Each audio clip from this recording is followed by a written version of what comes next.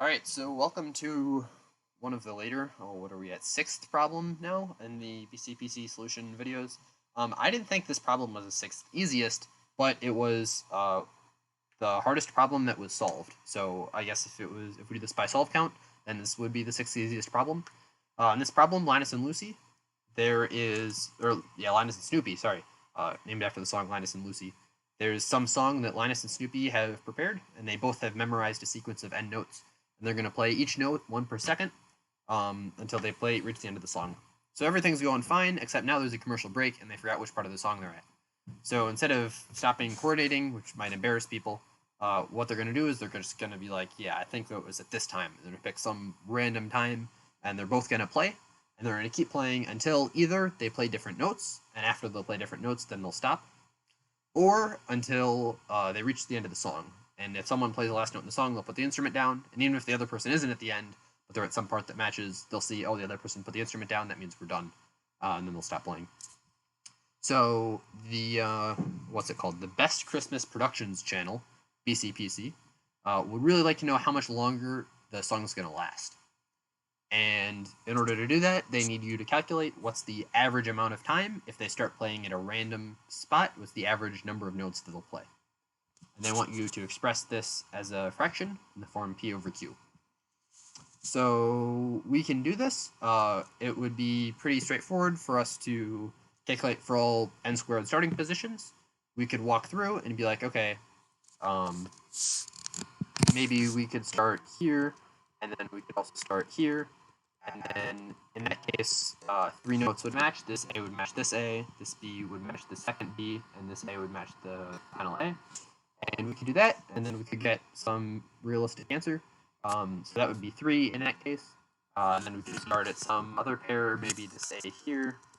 Maybe we'd start it there, and we would start at this B. And that would match for only one note, because they'd play that first note, and they'd be like, oh, we started at different spots, we should stop. Or you could do this first day and this last day, etc. And you can imagine doing that. And that would work. That would definitely give you the right answer. Then you'd have to convert the fraction into simplest form. But the issue with that is, if we did that, we would be doing, we have n squared comparisons, or n squared starting points. And then for each starting point, it could last up to n comparisons per starting point. So if we do that, that means that's n squared times n, so that's roughly order n cubed. Total comparisons. This could happen in the case where, for example, the song is like just all A's. And then you might be able to like say special case that, okay, if it's all A's, do something else. Well, then if you have all ABs and ABs, then you have like n squared places where you start at 2 A's, you've got like n squared over 4 or something. And then for each of those will last, on average, n over 2 times. So it's like n cubed over 8, which is a little bit better than cubed, but still, like, that's going to be, what is n? 3,000? That's going to be 3,000 cubed, which is massive.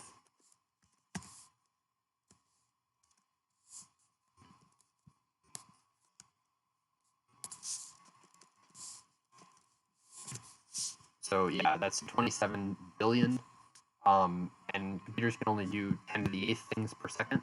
So like this is 27 times 10 to the 9. So this is going to take like 270 seconds, which is not even close. Even if you can make these divided by 2 optimizations, it's still not going to work. So to cut this down, what we can do is we can use dynamic programming. And what we can do is we can do a DP where we store where we are in the first song. I guess you can think about that as like where Snoopy is. You could store where you are in the second song. And then this could return how many notes they play for. And you can imagine that if we were able to calculate this for all n squared positions, then we could call this method maybe, and then the method could give us our answer. And then once we have that, we can calculate the GCD really easily and put the answer. So the hard part is like, all right, how do we calculate this DP for all possible starting positions? So I guess I'll jump right into the code here because it's pretty code oriented. But that will bring our runtime down to 3000 squared, which is going to send squared total comparisons. And that will definitely run time because that's about 10 to the 7th, which will be about 0.1 seconds. Best case, and even 5 seconds. So that should definitely run in time. So yeah, so let's jump into that. So you're gonna need a scanner, obviously.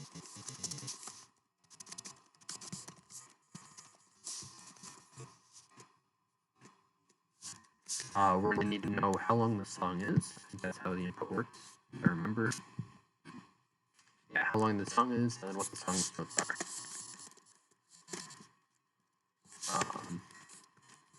Actually, let's throw this up here.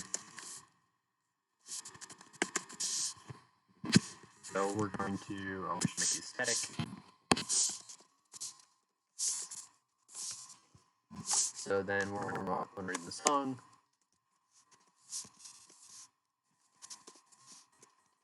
Alright, cool. So now we can do our DP.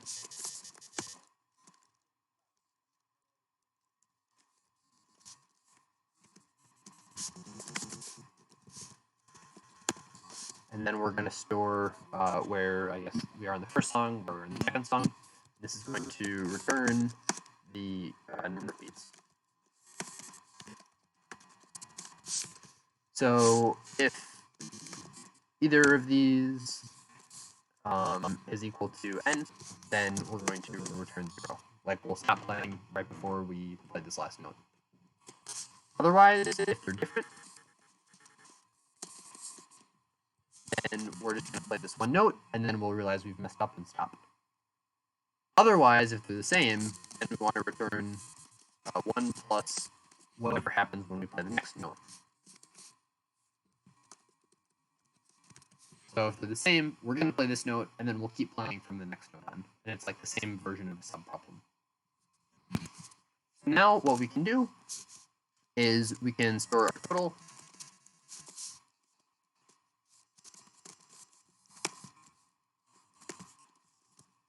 This is where Snoopy starts, maybe. This is where Linus starts.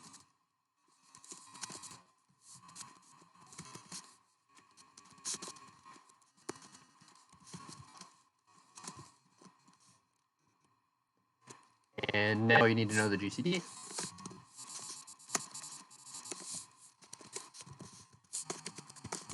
So this is, oh man, Euclid's GCD function, I think. So we're taking the GCD for numbers. If one of them is equal to 0, then the GCD is the other one. Otherwise, the GCD is the GCD of B and A, and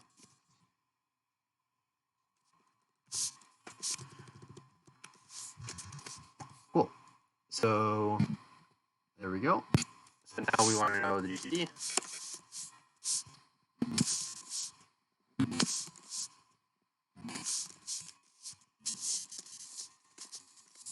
So there are n squared possible starting positions. And the total length. And then our answer is going to be the GCD of total length, total length divided by the GCD divided by the number of starting positions divided by the GCD. Alright, so we can just walk through what this code is doing real quick. For every starting position, we're counting how many times they match. We're going to do that recursively. And then once we do that, we're going to find the GCD of the numerator and denominator. It's going to be cleaner if I do this like numerator times denominator, probably make more sense. So that's the GCD to simplify our fraction, and then we're going to put out the fraction in simplest form. So we can run this and it'll work, but it won't be a correct answer. And the reason it won't is because if we ran this on a bunch of A's, 1 out of 1, okay, so it won't work.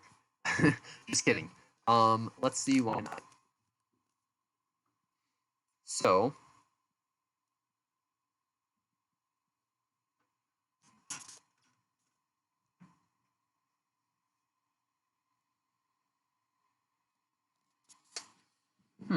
let's see. All right, so what's the total length?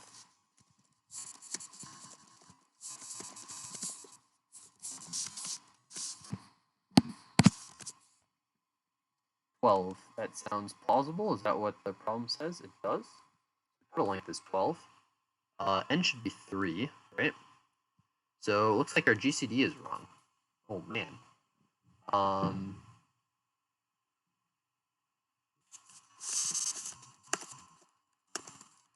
This is some live debugging for you guys.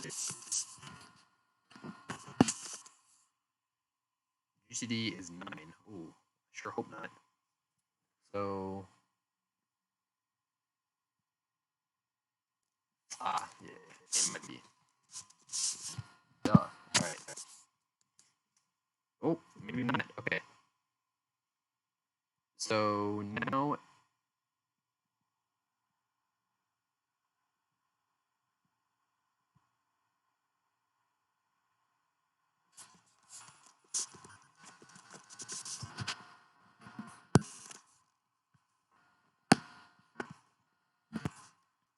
So if 0, then we want to always be same.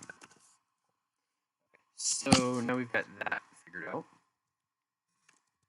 So now we've got this problem working. But the issue is, like I said, it's not going to be a correct solution. And the reason it won't be is because this count length method will run potentially n times on average.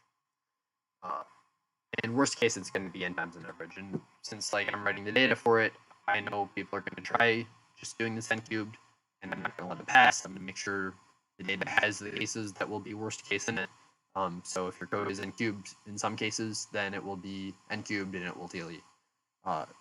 So this right here is n cubed, but the thing is, it's getting called a lot of times with the same input, and we're recalculating it, and it's taking n times the second time. And we can fix that by saying each time that this gets passed in with the same input, the answer is going to be the same. Nothing else is going to change. If the input's the same, the output should be the same. So what we can do is we can say, whenever we calculate the answer for some input, if we ever get that input a second time, then we'll just store that answer, or we'll just output that answer again. And that's kind of the idea behind dynamic programming. We can memoize, not memorize, but memoize. We can use a memo, M-E-M-O-I-Z-E, memoize the answer. And that way, if we get the same input a second time, we can print it again. So we can use a double array called DP. So now DP will be new. All right, be n by n roughly.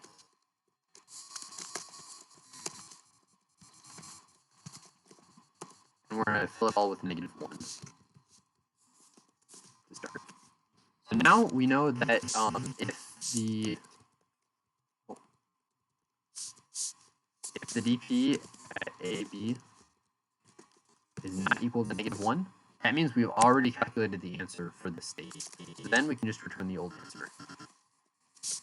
Otherwise, we haven't calculated the answer yet, so we can store the answer to something that isn't -1. So the next time we begin trying to do this, we'll store the answer correctly.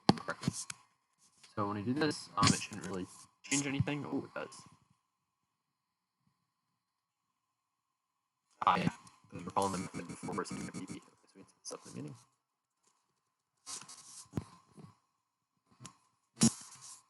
Cool. So yeah, so the way, or what this does then is it just makes sure we only run this method n squared times in total over all possible ways of starting. And then if we've already run it, we'll just return right away. We won't keep going down this really deep recursive path. It's not that deep, it's only 1,000 deep, but it saves a factor of 1,000 basically. It makes our code fast enough. So that's the solution to Linus. Hope you enjoyed some of the live debugging. Even experienced programmers get stuff wrong sometimes, so you'll get to see that occasionally from me.